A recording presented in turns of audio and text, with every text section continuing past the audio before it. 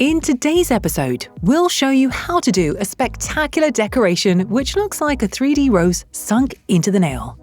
Hi, my name is Connie, and this is a channel dedicated to the art of nail styling. What do we have for you today? A rose, but not just any rose, a stunning 3D one. The products and tools we'll use today are gel polish in Madwoman, Art Brillante in white, self-leveling gel in clear, Aquarel sting brush, a nail art palette, indigo carbide No. 1 bit, a file, a buffer, wipe-off cleaner, and tip top. A 3D styling without elements that stick out? It's possible. Today, we'll show you how to do it. It'll be a great proposition for clients who want to go wild and wear something a little bit extra, but on the other hand, value the comfort of wearing practical nails. Here we have art and comfort. It's a great combination. But I have to warn you, this will not be a quick ornament. But then again, it's not always about work time. Here you can find artistic fulfillment. Let your imagination loose and at the end, admire your tiny artwork with pride. Today, we'll work on a tip. However, if you want to create a 3D rose on your client's nails, you can apply it directly onto the frame, or if it's an infill scenario, once you reduce the old mask to a minimum. We place the necessary colours onto the nail art palette. We'll start with the darkest shade of pink and slowly lighten it up so we place down a few drops of Madwoman. Using a wooden stick, we add a little bit of white to them to create a basic colour gradient. It can be any given white, X-white, sugar, or like here, Art Brillante in white. If the next shade looks too much like the previous one, we add a bit more white pigment. We're aiming to create a range of shades for our rose petals. We add white pigment and, using the wooden stick, mix up the new colours.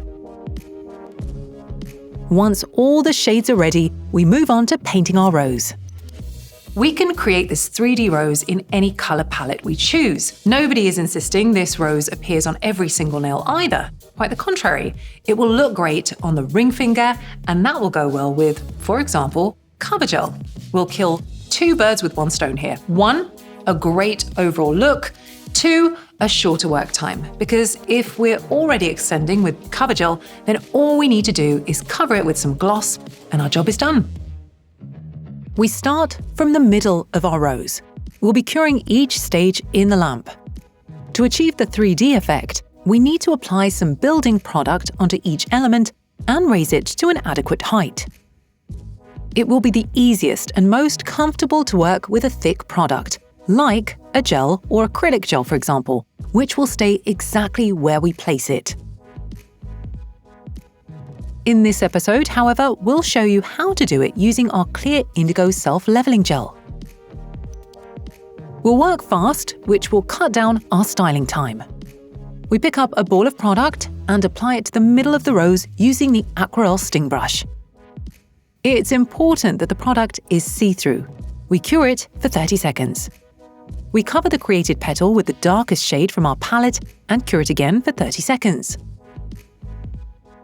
We apply another gel rose petal and cure it, then cover it with colour.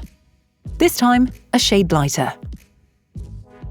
We place another lump of clear gel onto the element and cure it. We cover the next piece in an even lighter colour and cure it again. We keep adding additional lumps, trying not to flatten them. At this stage, it doesn't look particularly show-stopping. Standard. That's exactly how quilling nails go. You have to have patience, not just in the context of super precise work, but also in waiting for results. One thing is certain, it's well worth it. When creating such a decoration on our client's hand, we can use the curing time to work on the other hand. Our rose petals are getting gradually lighter, starting from the darkest ones in the center. The number of petals in each shade is up to you. We chose to start in the center with 2 in each shade to begin with, then gradually increase that number. Our rose is slowly getting bigger. We add another layer of color, marginally lighter, and cover the next petal, remembering to drag it over the previously created elements. We cure. Add another gel element, cure again, and also cover in color. Our petals are becoming bigger, so each time we need to apply proportionally more product. Onions have layers. Ogres have layers. Hold on. Roses have layers, and that's where the magic of this ornament lies. Let's wait a little longer and we'll spot it for sure. We apply the final layers.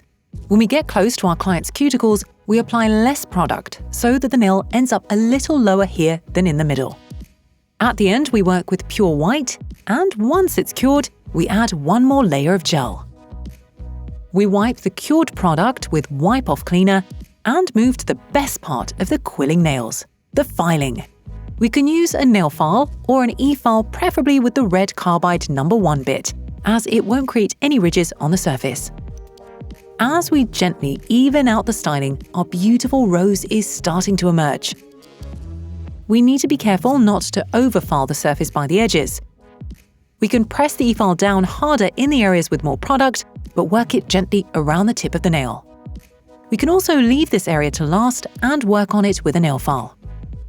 After meticulous application, it's time for some chaos. There is dust everywhere, but believe us when we say it's all worth it. We reach for the nail file and smooth the surface some more. Then, when we buff it, we can see the depth of our design at last. We dust off, wipe the entire surface with Wipe Off Cleaner, and cover it with Tip Top, then cure for 30 to 60 seconds. This ornament is a true masterpiece. I have my fingers crossed that you will recreate it. And that is the end of our episode. Let us know in the comments below if you like time-consuming ornaments. Maybe not in your everyday salon work, but in order to develop your skills further. We'll see you next Wednesday. Bye.